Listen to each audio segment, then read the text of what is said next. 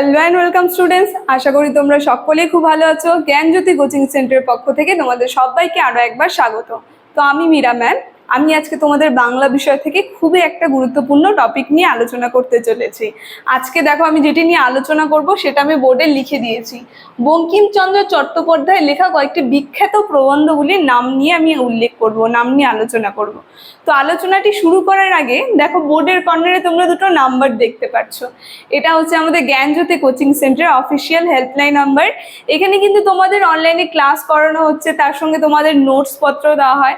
তো তোমরা যদি আমাদের থেকে নোটস পেতে চাচ্ছ বা আমাদের সঙ্গে অনলাইন ক্লাসে যুক্ত হতে চাচ্ছ, তাহলে এই উপরে দেওয়া নাম্বার দুটির সঙ্গে যোগাযোগ করো।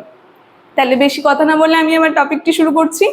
প্রথমেই বললাম আজকে তোমাদের সঙ্গে আমি যেটি নিয়ে আলোচনা করব সেটা হচ্ছে বঙ্কিমচন্দ্র চট্টোপাধ্যায়ের লেখা কয়েকটি বিখ্যাত প্রবন্ধগুলির নাম নিয়ে আমি আলোচনা করব। দেখো বঙ্কিমচন্দ্র চট্টোপাধ্যায়ের প্রবন্ধগুলি আমি এখানে লিখে দিয়েছি এক একটা করে, তোমরা একটু দেখে নেবে, ঠিক আছে? দেখো আমি মুখে বলছি, তোমরা যদি না বুঝতে পারো সেটা একটু খাতায় লিখে নেবে। লোকসাহিত্য, প্রথমে আছে লোকসাহিত্য, তার লেখা একটা বিখ্যাত প্রবন্ধ যেটা 1874 খ্রিস্টাব্দে প্রকাশিত হয়েছিল। তারপরে রয়েছে বিজ্ঞান রহস্য, যেটা হচ্ছে 1875 খ্রিস্টাব্দে লিখেছিলেন তিনি, যে প্রবন্ধটি। তারপরে রয়েছে আরেকটা প্রবন্ধ, সেটা হচ্ছে কমলাকান্তের দপ্তর, যেটা 1875 খ্রিস্টাব্দে তিনি লিখেছিলেন। তারপরে আরেকটা আছে বিবিধ সমালোচনা, যেটা 1876 খ্রিস্টাব্দে তিনি লিখেছিলেন। তারপরে আরেকটা রয়েছে কৃষ্ণ চরিত্র, যেটা তিনি 1886 খ্রিস্টাব্দে লিখেছিলেন।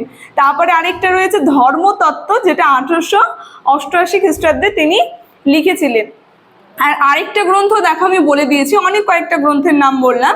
আরেকটা বলেছি হচ্ছে বিবিধ প্রবন্ধ, যেটা তারই লেখা একটি প্রবন্ধ। তো এই সমস্ত যে প্রবন্ধগুলির আমি নাম বললাম, এই প্রবন্ধগুলি কিন্তু বঙ্গদর্শন পত্রিকার মধ্যে লেখা হয়েছিল, ঠিক আছে?